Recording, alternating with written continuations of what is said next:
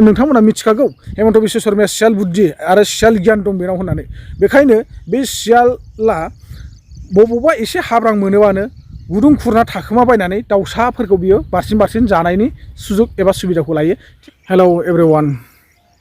Good इभिनिं। आसा खालामदों नोंथांमोना इसोरनि अननायाव जोबोर मोजाङै दं आरो लोगोसे आंबो नोंथांमोननि अननायाव बा इसोरनि अननायाव जोबोर मोजां दं। लोगोफोर, दिनै आङो नोंथांमोनजों सावरायनो फैनाय मेन गुबै जाहोनानो जाहैबाय दिनै आङो माखासे जोंनि बर' हारिनि सोमोन्दै बा बर'फोरनि गोबां बेले बेजे जेंनाफोरनि सोमोन्दै आं नोंथांमोनजों सावरायनो होननानै नुजाफैदों। दा मेन गुबै आंनि सावरायनो साननाय जाहोनफ्रानो जाहैबाय जोंहा गोबां बर'आव माने मोनसे नङा मोनसे गोदान आफाद गोबां दङ नङा होमबा, जेरै XNDP, एबसु, UBPO हमनानै ला, बेजों लोगोसे जोंहा सरकारनि बेलायाव जेनेबा थैनायानो जा थांनायानो जा UPPL सरकार, BPF सरकार नङा होमबा। जाय हक बै समाव BPFआ सरकार सालायबोदोंमोन, बिथाङा गाज्रि सालायलांबाय बा गाज्रि नोजोरजों गोबां मानसिफोरखौ नायलांबाय, बिनि खारनाव दिनै BPF सरकारा माने जेननानै थानो गोनां जाबाय। दानि बे समाव UPPL सरकारा फैनायलाय UPPLआ सरकार सालायगासिनो दङ। बे हिसाबै आं दिनै नोंथांमोननि सिगाङाव बेखौसो बुंनो सानदों जे जोंहा बेयाव बबेबा मोनसे पलिटिकेल हान्जाखौ आङो थोंजोङै दिनै नाम मेनसन खालामनानै बा थांखिनानै बुंनो सानाखै। आं दा बेखौसो नुहरदों जे जोंहा बर'फोरनि गेजेराव बा सोलोंथाइनि गेजेराव गोबाङानो LP स्कुलफ्राव गुबुन रावजों एबा गुबुन भाषाजों सोलोंनायनि लेखा बिजाब फैगासिनो दङ। बेखौनो बुंगासिनो दङ जोंहा बर'फोरनि गेजेराव थारमाने बर' रावजों सोलोंथाइ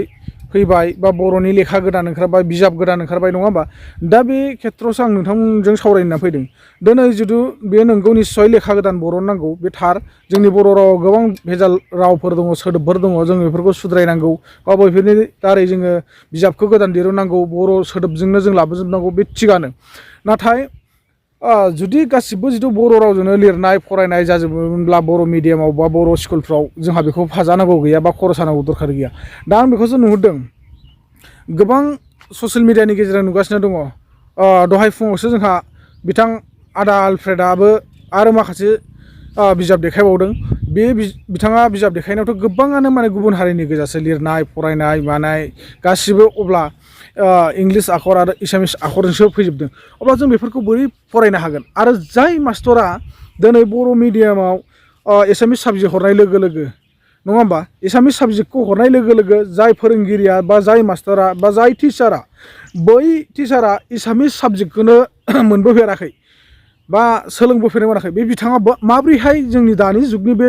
उन्दै फरायसाफोरखौ माबोरैहाय एसामिस रावजों सोलोंथाइ होनो हागोन आरो मा बुजायगोन बियो नङा होमबा। जेनेबा रायलायनायखौ रोङो जानो हागौ, नाथाय ओरैबायदिबो दं जे जायगा लायै जायगा जोंहा फोरोंगिरियानो जा बा गिदिर गोलाव मानसिफ्रानो जा एसामिसखौनो फरायनायखौथ' बादानो दोन, माने रायलायनोबो रोङै दङ। अब्ला जोङो माबोरैहाय बै उन्दै गथ'फोरखौ जों एसामिसनि गुबुन आखरजों बोरै बा गुबुन रावजों जों बोरै फोरोंनो हागोन? दा जों बेफोरखौ साननांगौ। दा बेखायनो आं नुहुरदों माखासे जोंहा बे बिथिंनि गेजेराव पलिटिकेल लिडार्सफ्राबो बै गुबुन हारिनि साबजेक्टफोर जोंनि स्कुलाव फैनाय हाबनाय बेफोरखौ बन्द' खालामनांगौ। जुदि हाबोब्ला थारैनो बै स्कुलाव एसामिस फोरोंगिरिनिबो दरखार दङ। मानो होनोब्ला बड' मिडियामाव एसामिस साबजेक्ट होनाय लोगो लोगो बड' मिडियामाव मा नांगोन जोंनो एसामिस मास्टरनिबो गोनांथि जागोन बा एसामिस टिचारनिबो गोनांथि जागोन। बेखायनो दा जेरै बर' मिडियाम होन्दों, जेब्ला जोंनो मानो नांगौ एसामिस साबजेक्ट आरो मानो नांगौ जोंनो एसामिस फोरोंगिरि नङा होमबा। दा बेखायनो जों सानदों जाय हक जिखुनु जाया बे बर' मिडियामाव एसामिस साबजेक्ट सफैनाय बेखौ बन्द' खालामनांगौ। इंराजिखौ नांगौ जोंनो, बे जेनेरेल राव बा जेनेरेल लेंगुवेज। बे जोंहा इंराजि गैयाब्लानो माने आउट कान्ट्रियावबो जोङो बा बाहेरफोर देशआवबो गिदिंनो हाया। नाथाय जोंनो रायलायनो मानो थाखाय जोंहा एसामिसखौ जोङो साननैसो उनावनो गोसो होयोब्ला हाखायो। दा फरायनायखौबो हागौमोन जोङो निस्सय, नाथाय फोरोंगिरियानो फोरोंनो हायाब्ला जों माबोरै फरायनो हागोन? दा बे बिथिंनि गेजेराव आं बुंनो सानदों, मोनफ्रोमबो जोंहा दिनैनि दिनाव गैयाब्लाबो मोनब्रैया मिनिमाम जोंहा आफाद दङ बर' हारियाव नङा होमबा। NDP, एबसु, UBPO आरो माबा मोनसे बिदिनो आफाद खोनाबाय थाबावदोंमोन आङो। दा बे मोनब्रै हान्जाया ज' जानानै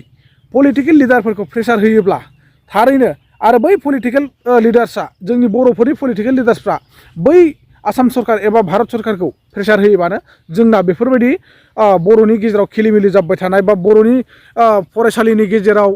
गुबुन हारिनि सोलोंथाइनि साबजेक्ट हाबफैनाय नैफोरो बन्द जागोन निस्सय बे जागोन आंनि नुहुरनायाव आरोना दा नोंथांमोना मा सानदों आं बेखौ मिथिया नाथाय नोंथांमोना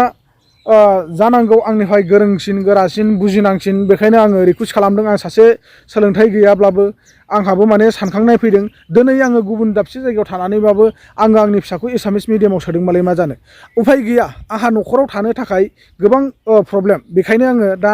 गुबुन दाबसे जायगायाव थानानैबाबो गावनि फिसाखौ मोनसे नङा मोनसे आं इडुकेसनखौ होदों बे सियर नाथाय आङो जेब्ला गामियारिथिं थांफिनगोन बा गामिथिं थाहैफिनगोन अब्ला आङो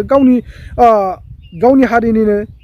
सोलोंथाइखौ होफिनगोन नङा होमबा जोंना मेन माने बड' मिडियामखा जोङो बर' जाबाय जेब्ला जोंनो बर' मिडियामखौ नांखागोन आरो जोंनो बर'नि सोलोंथाइखौ नांखागोन जोंहा दिनै बर' सोलोंथाइ गैयाब्ला बर' राव गैयाब्ला बर'नि हारिमु गैयाब्ला दिनै जोङो दुनियाव मा जालांजोबसिगौ हा मोनसे समाव जोंनि बर'नि कालसारा बेसेबांबा गिदिर माने बे अल इन्डिया अभाराव बा हमना ला जोंनि बे इण्डियानि आउट कान्ट्रियावबो फेमास जादोंमोन नाथाय जोंखौ गादबनानै दोनदों सोर नोंथांमोना निस्सय बुजिगौ आं बेखौ बुंनो थांलिया नोंथांमोना बेखौ निस्सय बुजिखागौ आरो गोबां नोंथांमोना सिगांनिफ्राय मिथिबोखाबायबो जानांगौ दिनै जाय मानसिया आसामखौ सालायगासिनो दं बा आसामजों लोगोसे गासै जोंनि बिटिआर ओनसोलखौबो सालायदों होननानै बुंजायो बेनो जाहैबाय बिजेपि सरकारनि लिडार्स एबा आसामनि चिफ मिनिस्टार हेमन्त बिश्व शर्मा बै बिथांमोनहा दिनै जोंनि बिटिआर ओनसोलाव बा बर'फोरनि गेजेराव गोबां माने नोंथांमोना मिथिखागौ हेमन्त बिश्व शर्माया सियाल बुद्धि आरो सियाल गियान दं बेनाव होननानै बेखायनो बे सियाला बबावबा एसे हाब्रां मोनोबानो गुदुं खुरना थाखोमाबायनानै दाउसाफोरखौ बियो बारसिन जानायनि सुजुग थिग बेबायदिनो बिथांमोना जोंनि बर'फोरखौ दाउसाफोरबायदि बुजिनानै लादों बेखायनो सानफा माफा बिथांमोना बाख्रेब माने नारसिनलांबाय थानो बा जालांबाय थानो बिथांमोना सोलो मोनगासिनो दङ बेफोर माब्रै जादों नोंथांमोना निस्सय बुजिगौ बा निस्सय मिथिगौ जोंनि बर'नि दैदेनगिरिफोर गोबां बिदिनो गुबुन आफादनि लिडार्सफोर बिथांमोना सुजुग सुबिदा होनायखायनो बै बिथांमोना जोंनि बर'फोरनि गेजेराव हाबनानै माने बेफोरबायदि दुंहाव थासारि एबा बेले बेजे बारहावाखौ बारहोबाय थानो मोन्दों होननानैसो आं नुहरदों दा नोंथांमोना मा सानदों बेखौ आं मिथिया बेखायनो आं गासिबो मोनफ्रोमबो बर'नि आफादफोरखौ मेलेमजिबि सुबुंफोरखौ आं रिकुवेस्ट खालामो जे जोंनि जाम्बा सादा बुसाफोरनि रिकुवेस्टखौबो नोंथांमोना एसेबाबो गनायनांगौ एबा बुजिनांगौ जों ओरैनो जाम्बा मानसिफ्रा बा रोजा बर' फिसाफ्रा बर' पाब्लिकफ्रा ओरैनो होस्रिखावा मोनसे समाव जोंनि बर'आ गेरेमसा हारि जालाङो जोंनि फिसा-फिसौफ्रा जोंनि इयुन जेनेरेसना जेन गोजोनै थांनानै थानो हायो गोजोन संसार जालांनो हायो बे मुलुगाव नैबेखौ बयहाबो साननाय दङ दिनै जोङो जाम्बा जाम्बि होननानै सोरबा बायदिया जौ फाग्ला दं होननानै जौ फाग्लाया नाबां जाबां खोथा बुङो होननानै बुङो नाथाय नङा जौ फाग्ला मानसियाबो ओरैनो जानला मोनला खोथाखौ बुङा बिथाङा जौ लोङैयाव खुगा गेवैनि खारनाव जौ लोंनानै खुगाखौ खुलिनानै लायो थारमाने बिथाङा जौ लोङाब्ला थाला मारनानै लायो नाथाय जौ लोंबा बिथांनि थालाया गेवो थिग बेबायदिसो बिथांमोनाबो माने जौ लोंब्लाबो जास्ट आं नुनो मोनगासिनो दङ किसुमान मानसिखौ जौ लोंब्लाबो बिथांमोनाथ' आनलिगेलि बाथ्राफोरखौ बाहायाखै नङा होमबा बिथांमोनाबोथ' राइट्सनि बाथ्राखौसो बाहायदों दा बेखायनो आङो आसा खालामो गासिबो बर' हारिनि खौसे जा अरायबो जोंहा मोनफ्रोमबो आफादफ्रानो स्ट्रं जा खौसे जा गासिबो जोङो नों उमुक पार्टिनिसो आं उमुक पार्टिनिसो नों उमुक हानजानिसो आं उमुक हानजानिसो होननानै जों नेवसिलायनो नाङा जोङो बर' जाबाय जेब्ला जोङो बर'नि कालचार एबा गासिबो राव हारिमु थांनानै थानायनि बेबस्थाखौ जों गासिबो साननांगोन सिमां नुनांगोन बेखायनो जोङो खौसे जानानै जेन गोग्गानानै बैफोरबायदि बिटिआर ओनसोलाव बा बर'फोरनि गेजेराव गाज्रि बारहावा सोलिबाय थानायनि थाखाय जोङो जेन एसे नोजोर होनानै बा नोजोर बोनानै जोङो गासैबो बिथिंनि गेजेराव जोङो गासिबो गाज्रि बारहावाफोरखौ जोङो स्टप खालामनानै दोननो हायो बा साइडआव नारगारनानै दोननो हायो जों बेखौनो आसा खालामो आरो बेजों लोगोसे आं नोंथांमोनखौ आसा खालामबाय जे जाहाथे नेक्स्ट टाइम बेफोरबायदि आरो बर'फोरनि गेजेराव जोंहा गुबुन सोलोंथाइ सोसननांगौनि जेबो गोनांथि गैया बुंनानै गोसो गोरबोनिफ्राय जेन रिकुवेस्ट खालामहरबाय नोंथांमोना जेन मोजाङै मोजां अरायसम हारिनि थाखाय बा हारि जौगाथायनि थाखाय खामानि मावलांबाय थागोन होननानै आङो मिजिंथिहरबाय आरो बेजों लोगोसे आंनि भिडिअखौ दिनै एसेखिनियाव फोजोबनाय जाबाय जय हिन्द बर' हारिनि